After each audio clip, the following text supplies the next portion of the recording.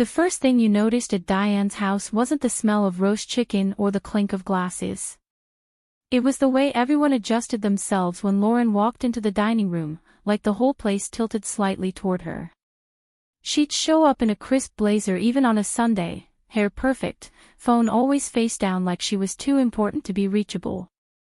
And the second she sat, the lunch stopped being lunch and turned into one of her little performances. I was always the easiest target, because I came in tired. Minimum wage tired. Still doing the little shifts, she'd ask, smiling like she was checking on my health. Then she'd twist it into a joke before I could answer. I swear, Maya, you work so hard to make so little. It's honestly inspiring. People would laugh the way people laugh when they don't want trouble, that short nervous laugh, like they're paying a fee to keep the peace. I'd look down at my plate and keep cutting my food into smaller pieces, pretending I didn't hear the sharpness hiding under her sweetness. The worst part was that she didn't even aim her comments at me half the time. She aimed them at my kids. My son would be reaching for the rolls and she'd say, "Make sure you study, honey. You don't want to end up struggling, right?" My daughter would talk about a school project, and Lauren would answer like she was giving a TED talk. Education is everything. Your mom's generation didn't really get that, but you're lucky, you have options. She'd say it with that soft voice, like she was doing us a favor. My kids would go quiet and I could see them trying to understand why a grown woman would talk about their mother like she was a warning sign. Ethan, my husband, never knew what to do with it. He'd go stiff, jaw tight, then he'd start talking about the game or the weather like he could fill the room with harmless noise and drown Lauren out. Diane would give me that look that said, "Please don't start anything here."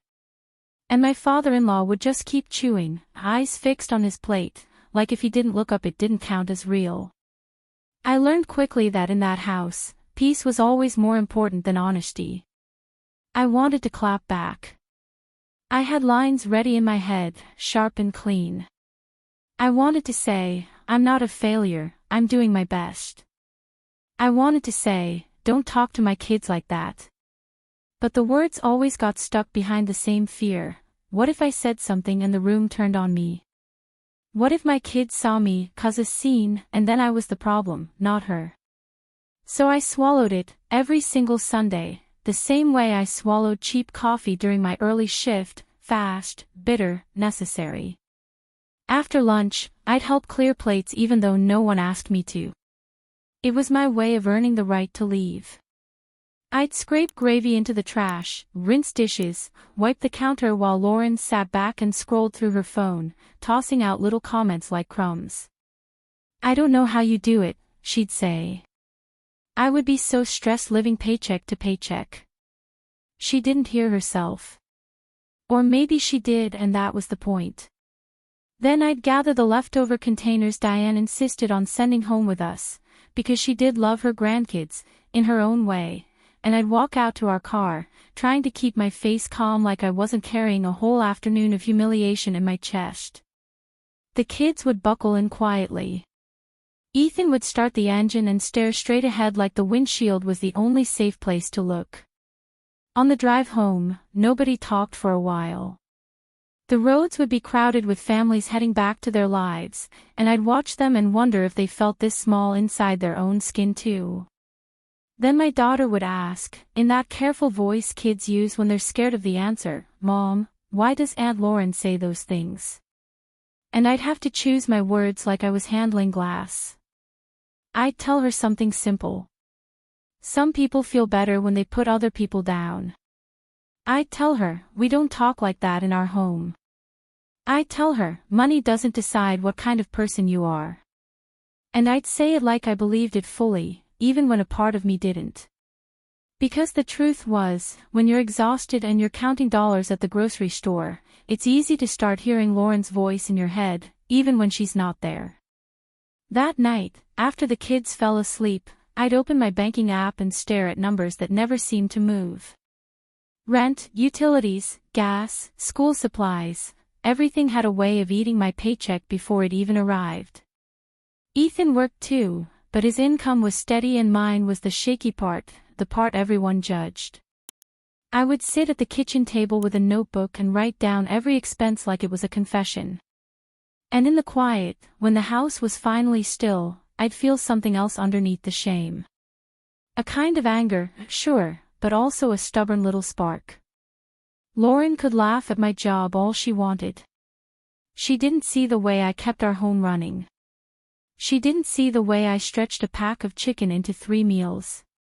She didn't see the way I held my kids when they were sick and still showed up for work the next morning.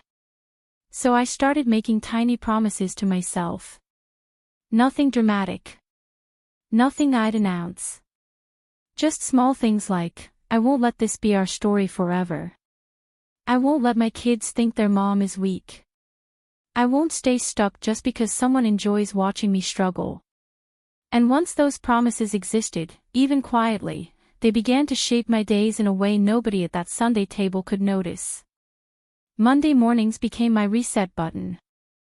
I'd wake up before the sun, feet finding the cold floor, and I'd move through the apartment like a ghost so I wouldn't wake the kids. Coffee in a chipped mug, hair in a messy bun, uniform shirt that never quite stopped smelling like the place I worked. By the time Lauren was probably stretching in fresh sheets somewhere, I was already clocking in, smiling at customers who didn't know my name but wanted me to pretend I was happy to be there. It wasn't glamorous, and it wasn't meant to be. I worked wherever they'd take me, first at a grocery store, then at a small medical office doing basic admin work when I finally landed something with daylight hours.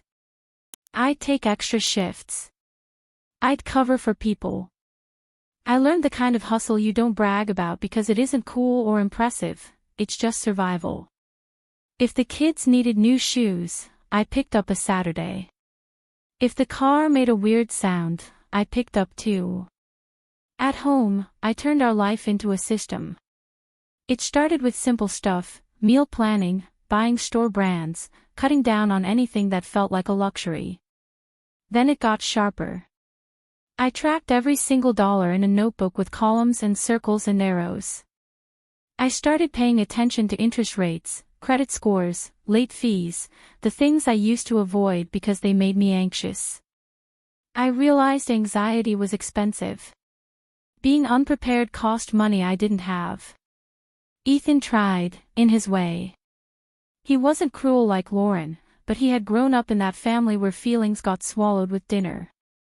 Some nights, when he saw me at the table with receipts spread out, he'd stand behind me and rub my shoulders like that fixed it. "We'll be okay," he'd say. And I wanted to believe him, but okay felt like a moving target, always just a little out of reach. I started using my lunch breaks differently. Instead of scrolling on my phone, I watched short videos about budgeting, listened to podcasts about personal finance, read articles about how people built stability from nothing. It felt almost embarrassing at first, like I was trying to pretend I was someone smarter than I was. But the more I learned, the more I felt my spine straighten inside. There were rules to money, and I wasn't doomed to lose just because I started with less.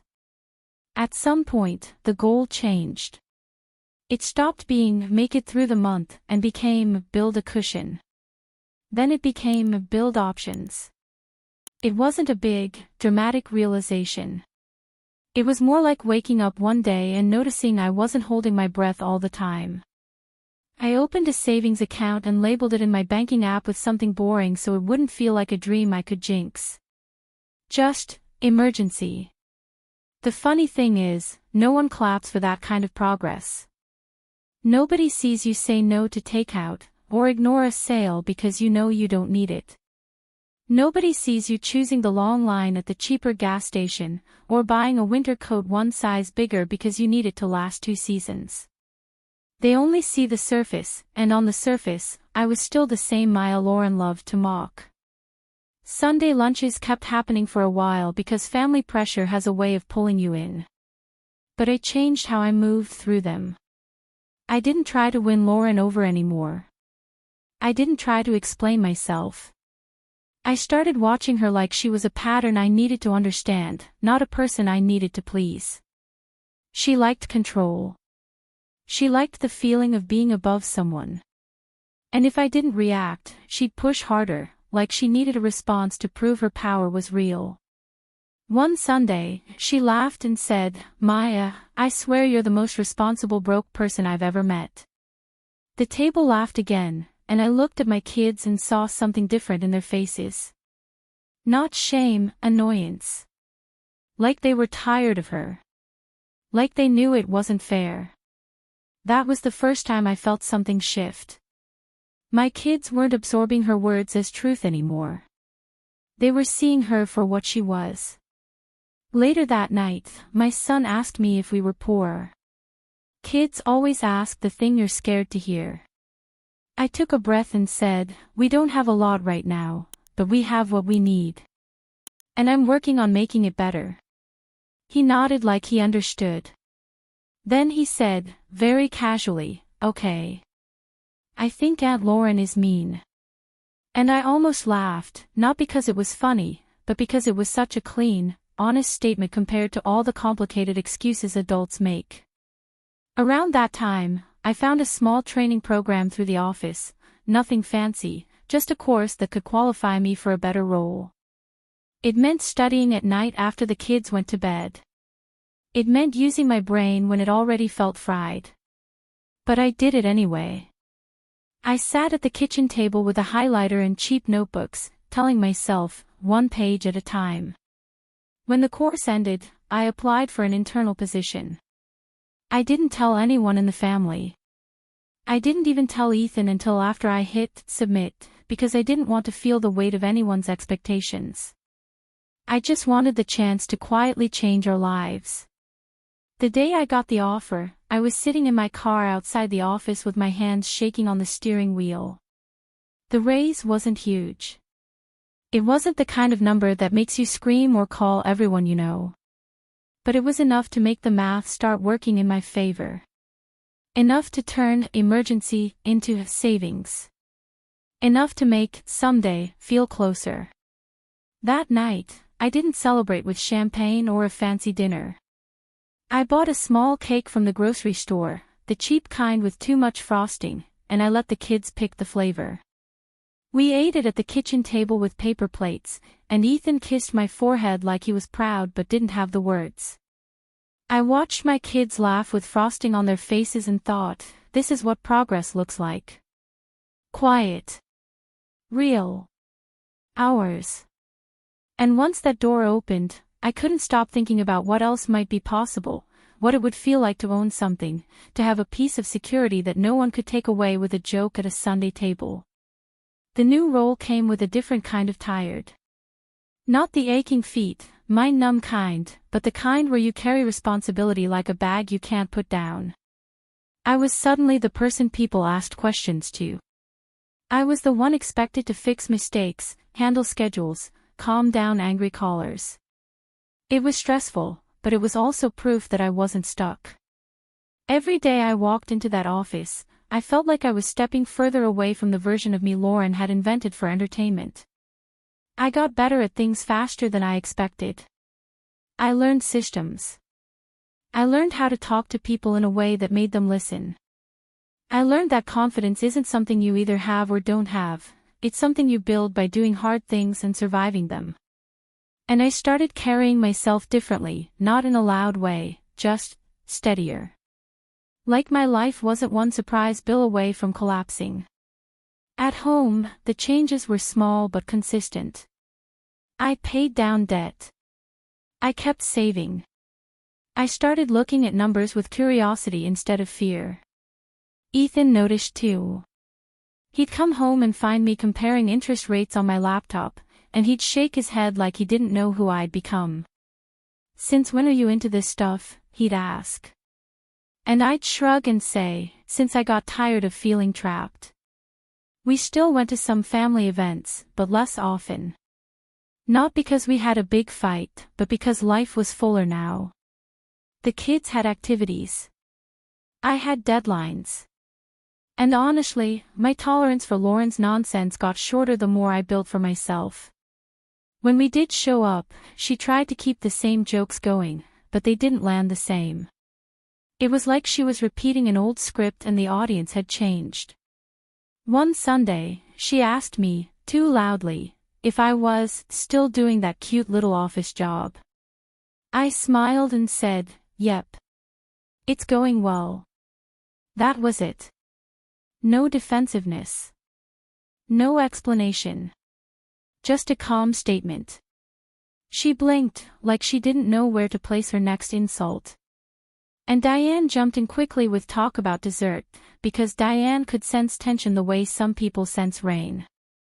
That night, after we got home, I sat in bed scrolling through listings for apartments. Not because I was ready, not because I had some giant savings account, but because I needed to see a future on a screen. I needed to picture a place that belonged to me, even if it felt impossible.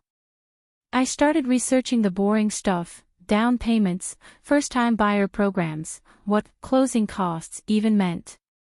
I made notes. I built spreadsheets. I treated it like a project, because dreams are easier when you break them into tasks. Months turned into years in that steady way life does when you're working hard. The kids got older. Our apartment felt smaller. Ethan and I argued less about money because there was less panic in our conversations. We still weren't rich. We weren't even close. But we had rhythm. We had control. And control is addictive once you've lived without it. Then, one afternoon, my coworker mentioned a unit she'd heard about, an older building, decent neighborhood, nothing flashy, but a good price. She said it casually, like it was just information. But my body reacted like it was a signal. My heart sped up. My hands went cold. I asked for details. Pretending I wasn't desperate. I went to see it alone after work. The building smelled faintly like laundry detergent and old carpet. The unit itself wasn't perfect. The kitchen was small. The paint needed work. But the windows let in a soft kind of light, and when I stood in the living room, I felt something settle inside me. It wasn't excitement exactly. It was relief. Like my bones recognized safety before my brain could catch up. I didn't tell anyone in the family. I didn't tell Lauren, obviously. I didn't even tell Diane. I told Ethan once I had the numbers and the plan, because I couldn't handle anyone's doubts floating around me while I tried to do this.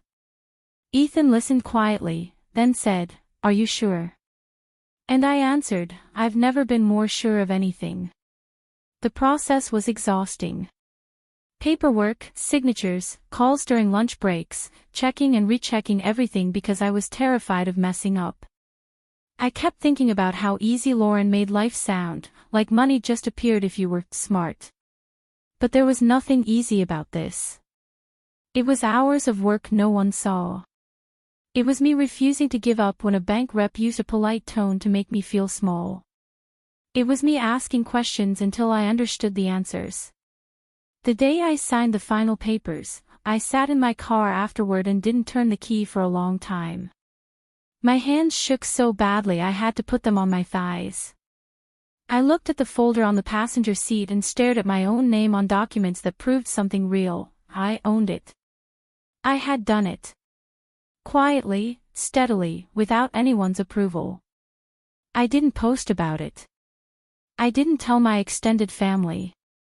I went home, made dinner, helped with homework, and folded laundry like any other night. But inside, something had changed forever. The jokes from that Sunday table suddenly felt smaller than they used to. Like they were echoes from a life I was finally leaving behind.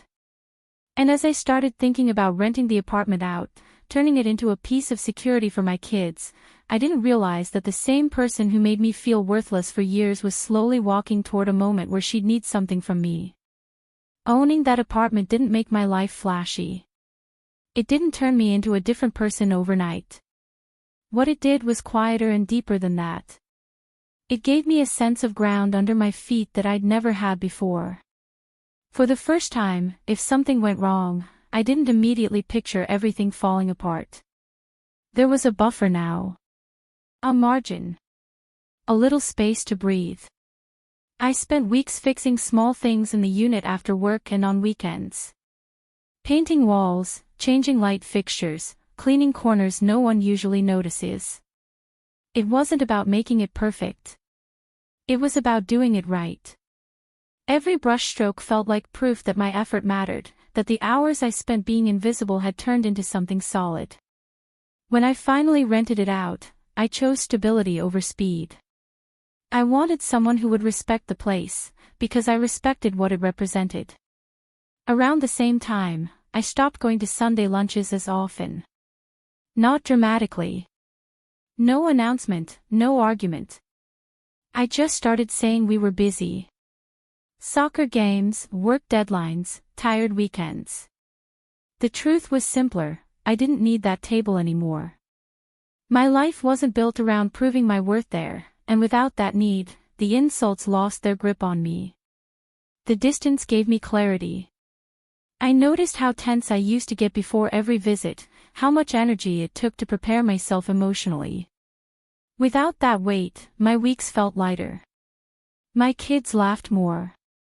Ethan and I talked about things that weren't just bills and stress. I realized how much noise I had been living with, mistaking it for normal. I still heard things, of course. Families talk. Diane mentioned that Lauren was going through a rough patch. Her husband's business wasn't doing well. There were debts. Stress. The same woman who used to sit back and judge now snapped at waiters and complained loudly about money. I didn't feel satisfaction hearing it. Just distance. Like watching a storm from inside a house you finally fixed the roof on. When I did run into Lauren at the occasional family gathering, she seemed smaller somehow.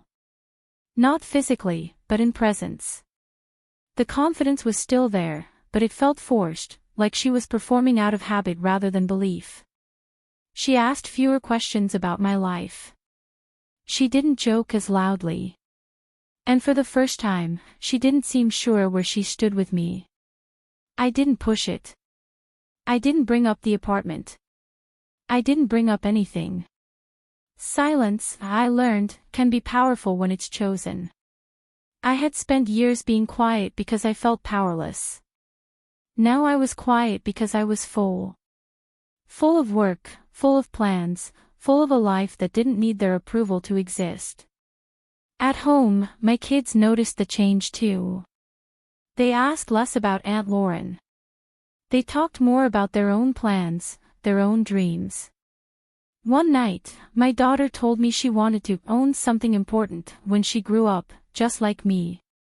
I asked her what she meant, and she said, like a place where nobody can tell you you don't belong. I didn't tell her why my throat tightened. I just hugged her. That was the new reality. Quiet progress. Emotional distance. And a strength I didn't have to explain to anyone. I didn't know then that Lauren was watching from the outside, recalculating, trying to figure out how the balance had shifted. But I felt it coming, the way you feel a change in the air before it rains. Her message came on a Tuesday afternoon while I was at work. No emojis. No jokes. Just a long paragraph written carefully, like each word had been weighed before being sent. She asked how I was doing. She mentioned how busy life had been. Then she got to the point. She said she was in a difficult situation and wondered if I might consider renting out my apartment to her for a while. At a discounted rate. I stared at my phone longer than I should have. The office noise faded into the background as the irony settled in. This was the same woman who laughed at my paycheck, who used my job as a lesson for my children. And now she was asking me for help, not as family, not with an apology, but as a business request dressed up in politeness. I didn't answer right away. I went home that night and told Ethan. He listened quietly, eyebrows raised, then let out a slow breath. "That's something," he said. We sat at the table, the same one where I used to sort bills, and talked it through like adults who had learned to be careful with their choices. He asked what I wanted to do. Not what I should do. What I wanted. When we met a few days later, it was at a small cafe. Lauren arrived early and stood when she saw me, which alone told me how much had changed. She talked fast, explained her situation, avoided my eyes whenever the conversation drifted close to the past. She never said sorry. Not once. But her voice shook when she asked about the rent. I listened. I didn't interrupt. I watched her hands twist together on the table. This wasn't the Lauren from the Sunday lunches. This was someone cornered by her own choices. And for a moment, I felt the old instinct rise up, the one that told me to shrink, to make things easier for everyone else. Instead, I asked questions. Practical ones. Timeline. Expectations. Conditions. Her answers were careful, but there was an edge of disbelief there. Too, like she couldn't quite accept that I was the one in control of the conversation. When I told her the actual market price, her face fell. When I said I wouldn't be offering a family discount, her silence stretched between us. She finally looked at me then. Really looked. And I could see the realization hit her, slow and uncomfortable. This wasn't a favor. This was my property. My decision. And whatever power she thought she'd always have over me didn't exist in this room. I told her I'd think about it and get back to her. Not because I was unsure, but because I needed to end the meeting on my terms. As I walked out, I felt calm. Not triumphant. Just steady. For the first time, she was the one waiting on my answer. When I called her back, I didn't rehearse what I was going to say. I didn't need to. The words came from a place that had been built slowly over years of restraint and effort. I told her my conditions clearly. The full rent. A formal contract. Respectful communication. No exceptions. No history rewritten. She tried to laugh it off at first, said she thought family helped family. I let the silence sit between us until she stopped talking. Then I said, calmly, that family also doesn't humiliate each other in front of children. That family doesn't turn someone's struggle into entertainment. I didn't raise my voice. I didn't accuse. I stated facts, the same way I would in any professional conversation. She tried to defend herself. Said she was just joking. Said she didn't realize it hurt me that much. I told her impact mattered more than intention. I told her I had spent years rebuilding myself quietly, and I wasn't interested in pretending the past hadn't happened just to make things comfortable now. There was a long pause. When she spoke again, her voice was smaller. She said she needed time to think. I told her that was fine. I wished her luck. And when I hung up, I felt something loosen inside me, like a knot I hadn't realized I was still carrying. In the end, she didn't rent the apartment. She found something else, something cheaper, farther away. I heard about it through Diane, who sounded disappointed but not surprised. No one accused me of being cruel. No one praised me for being strong. Life just went on. And that was the point. I didn't need revenge. I didn't need an apology delivered perfectly. I needed boundaries. I needed my kids to see that dignity doesn't come from shouting or proving someone wrong, but from knowing your value and refusing to negotiate it. One night, weeks later, my son asked why we don't go to Sunday lunches anymore. I told him the truth, in simple words. Because sometimes loving yourself means stepping away from places that make you feel small. He nodded like it made sense, the way kids do when something finally fits. I looked around our home then. At the quiet. At the routines we'd built. At the future that felt open instead of heavy. Lauren was no longer a voice in my head or a shadow at the table. She was just a chapter that had ended. And for the first time, I understood that success isn't about proving anyone wrong. It's about building a life so full and solid that other people's laughter can't reach you anymore.